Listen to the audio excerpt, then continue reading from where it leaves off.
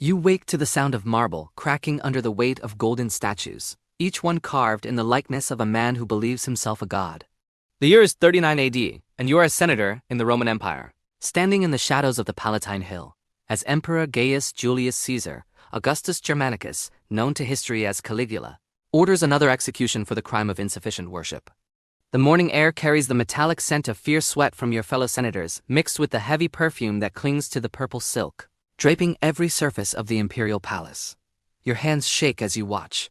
The 23-year-old emperor stroked the neck of his favorite horse in status while casually discussing which of your colleagues should die next.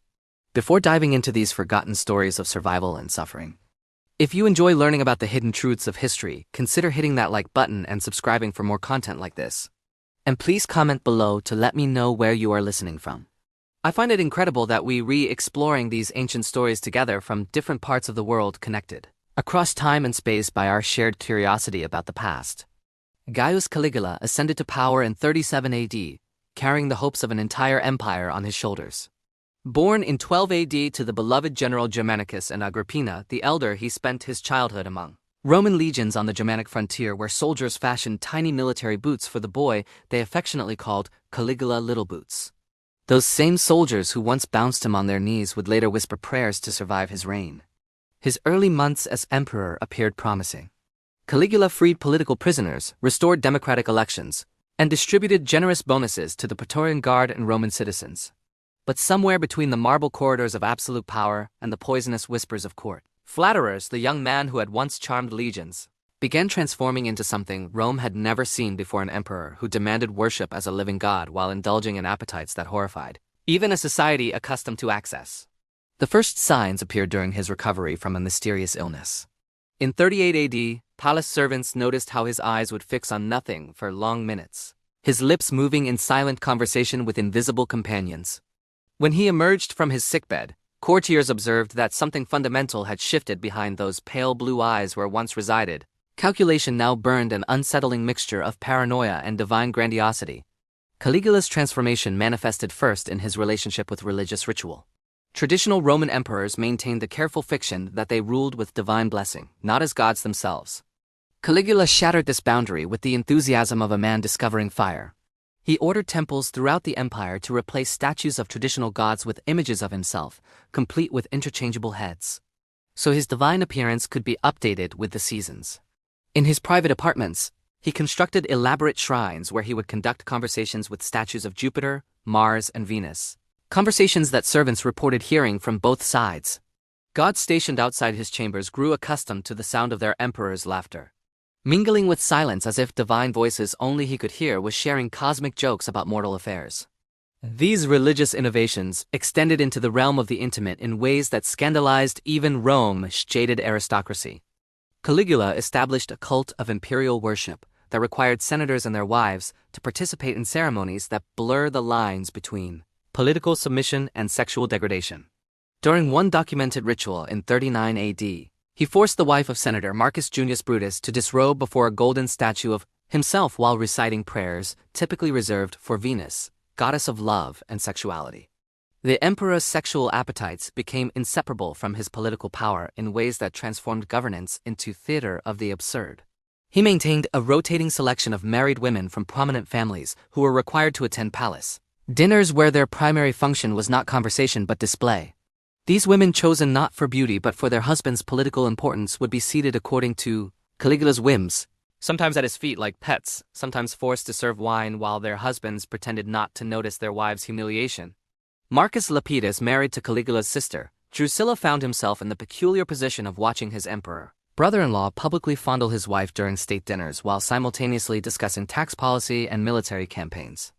Roman historians recorded that Lepidus would maintain fixed eye contact with whoever was speaking about grain imports or Germanic tribal movements, his jaw muscles working like a man chewing leather while his wife gasped and moaned at the emperor's touch mere feet away. These dinner performances served multiple purposes in Caligula's psychological landscape. They demonstrated his absolute power over Rome's most powerful families while simultaneously fulfilling his apparent need for an audience during his most intimate moments. The emperor seemed incapable of experiencing pleasure without witnesses to his dominance. transforming every sexual encounter into a public assertion of imperial authority. His relationship with his sisters transcended even these boundaries. Roman sources, particularly Suetonius and Cassius Dio, documented that Caligula maintained incestuous relationships with all three of his sisters, Agrippina, Drusilla, and Julia Lavilla, but reserved his most intense devotion for Drusilla. When she died in 38 AD, possibly from fever, though some whispered of poison, Caligula's grief manifested in ways that shocked even a culture familiar with imperial excess. He declared Drusilla a goddess and established a cult in her honor, complete with temples and priests. But his mourning rituals extended far beyond traditional deification. Palace servants reported finding the emperor and Drusilla as former chambers engaging in elaborate conversations, with her clothing, her jewelry, even her cosmetics. He would spend hours arranging and rearranging her belongings, while describing his daily activities to these inanimate objects, as if she could hear and respond. More disturbing were the reports of Caligula's interactions with Drusilla as body before her funeral. Multiple sources, though, writing decades later, claim that the emperor delayed her burial for days while conducting private ceremonies in her presence. The combined elements of religious ritual with what can only be described as necrophiliac worship. He allegedly anointed her corpse with expensive oils while reciting love, poetry, and political plans, treating her death as merely another transformation in their relationship, rather than its end.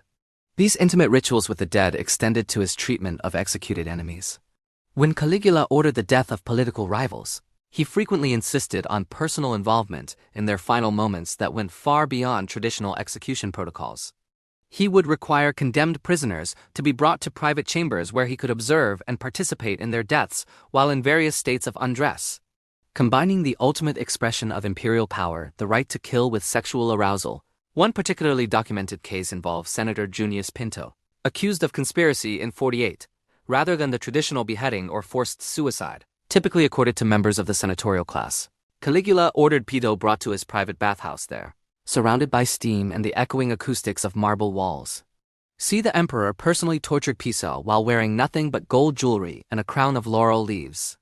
Witnesses described how Caligula would alternate between inflicting pain and pleasuring himself, as if the senator's suffering and his own arousal were components of the same ritual. The emperor's fascination with death as an intimate experience extended to his treatment of gladiators and arena spectacles. Traditional emperors might attend gladiatorial games as political theater, demonstrating their power through the control of life and death. Caligula transformed these public spectacles into extensions of his private appetites. He would order specific gladiators brought to his private viewing box during combat, requiring them to fight while he masturbated mere feet away, the blood and sweat mingling with his sexual excitement. His most notorious arena renovation involved the systematic humiliation of Rome's aristocratic women through forced participation in gladiatorial combat. Unlike the professional female gladiators who occasionally fought in the arena, these were wives and daughters of senators compelled to fight against professional opponents, while wearing minimal armor that emphasized their vulnerability and exposed flesh. Caligula would position himself at the arena's edge during these contests, close enough to hear that breathing and see the terror in their eyes as they faced trained killers.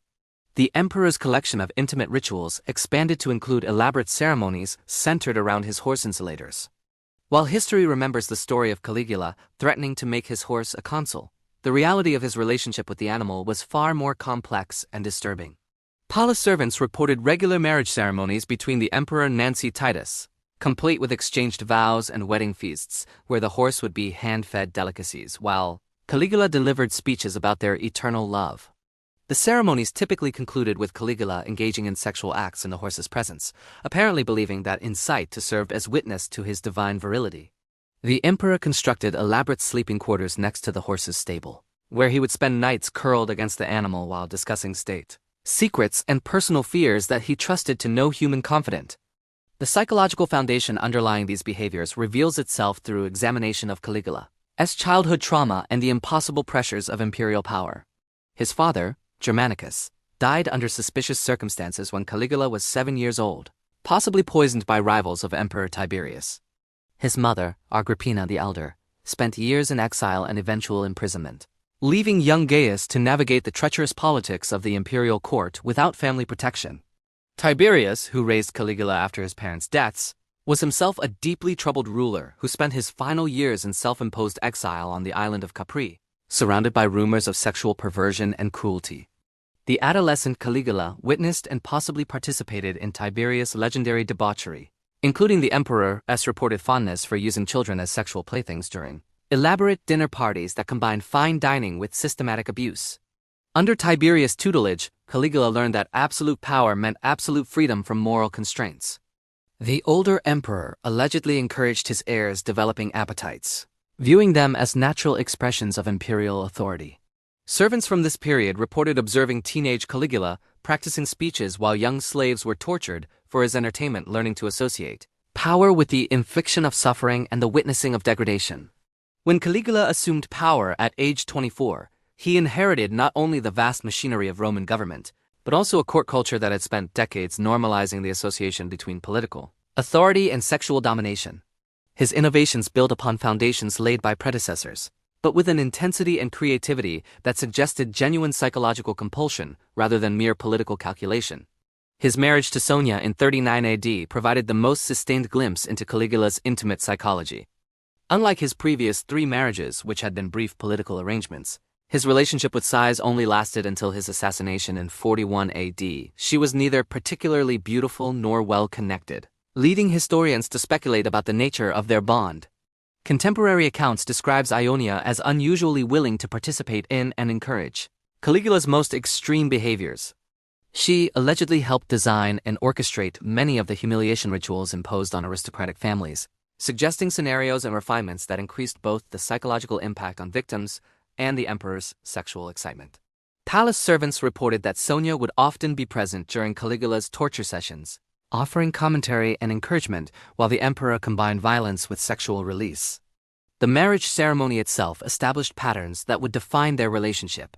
Rather than the traditional Roman wedding rituals, Caligula created an elaborate spectacle that lasted 4 days and involved the forced participation of dozens of aristocratic families.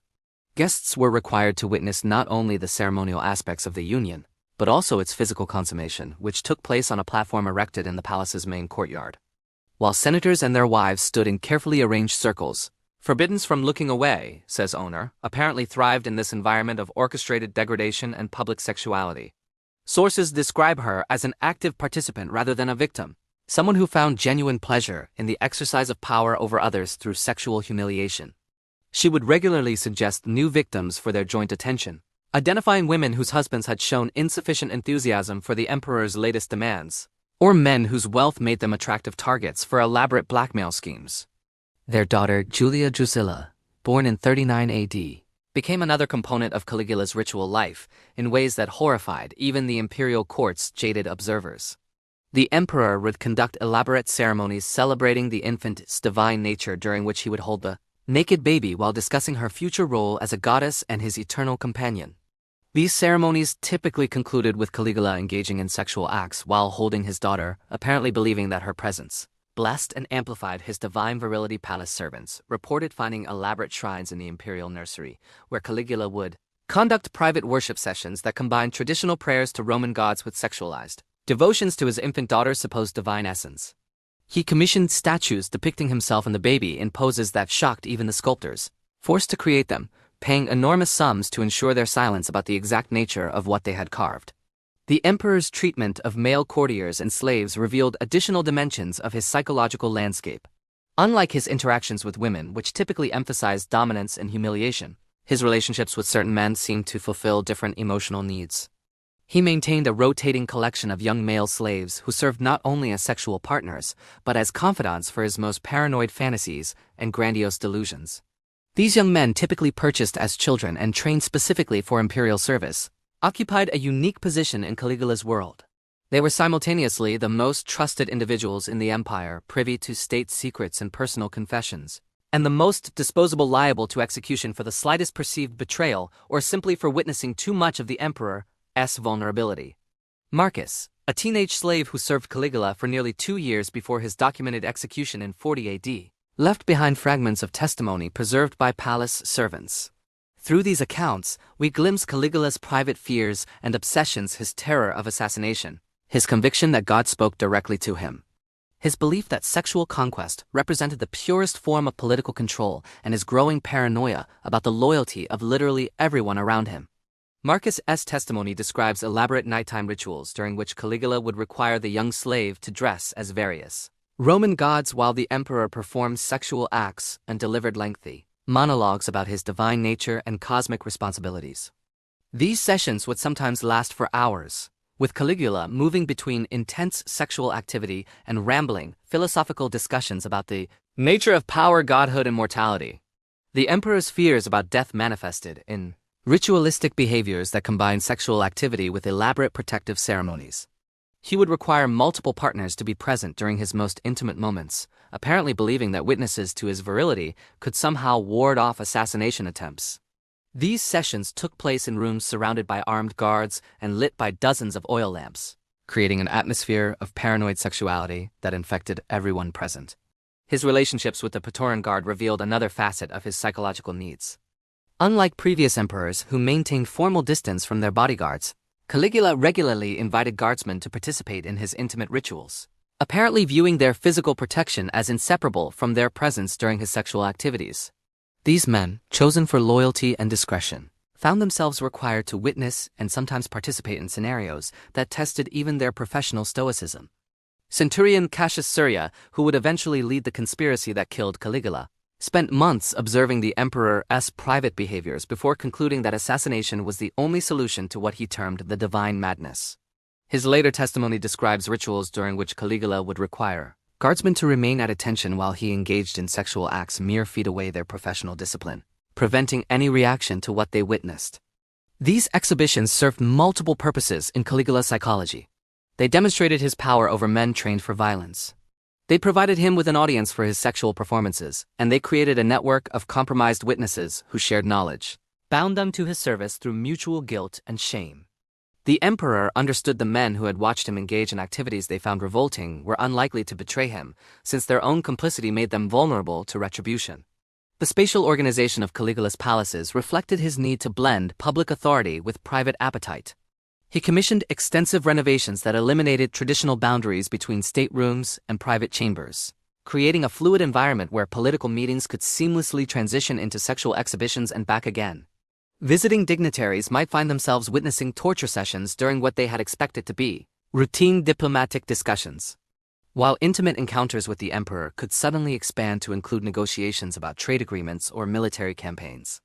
These architectural innovations served practical purposes beyond mere convenience by eliminating physical boundaries between public and private spaces. Caligula created an environment where traditional social rules and expectations became impossible to maintain. Senators arriving for political meetings could never be certain whether they would be discussing taxation or watching their wives perform degrading acts, keeping Rome's elite in a constant state of anxious uncertainty that enhanced the emperor's control over their behavior. The emperor's fascination with theatrical performance found expression in elaborate, staged scenarios that combined elements of drama, politics, and sexuality. He would commission writers to create scripts for scenarios involving specific senators and their families, then require these individuals to perform their assigned roles while he watched and masturbated. These productions might last for hours with complex plots involving betrayal, humiliation, and reconciliation that served as vehicles for the emperor's sexual excitement. One documented production involved Senator Lucius Vitellius and his wife, Protea, who were required to perform a scripted dialogue about marital infidelity while gradually removing their clothing and engaging in sexual acts.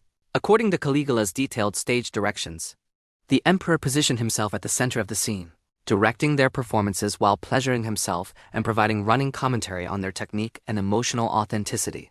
These theatrical productions revealed Caligula's sophisticated understanding of psychological manipulation. He seemed to recognize that forcing people to perform degrading acts, while maintaining the pretense of voluntary participation, created deeper psychological wounds than simple physical coercion.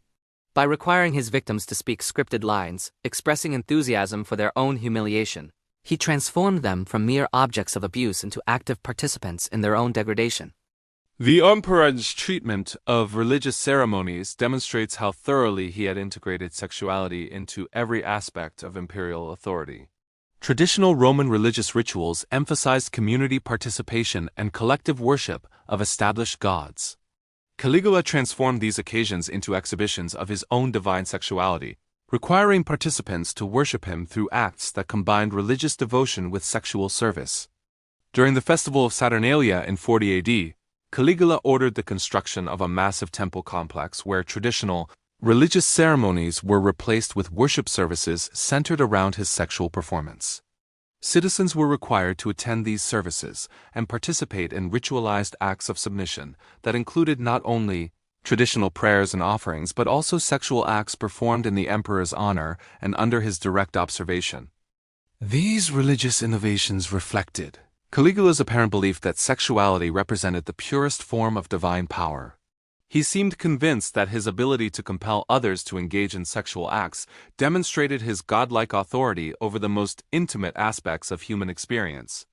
Traditional gods might control whether warfare or harvests, but only a true god could command absolute submission in the realm of sexual behavior. His documented conversations with palace philosophers reveal a surprisingly sophisticated theoretical framework underlying these practices. Caligula apparently viewed sexual domination as the ultimate form of political control, arguing that an emperor who could compel citizens to abandon their most basic moral inhibitions had achieved a level of authority that transcended mere political power and entered the realm of divine command. The economic dimensions of Caligula's intimate rituals created additional layers of psychological pressure for Rome's aristocratic families.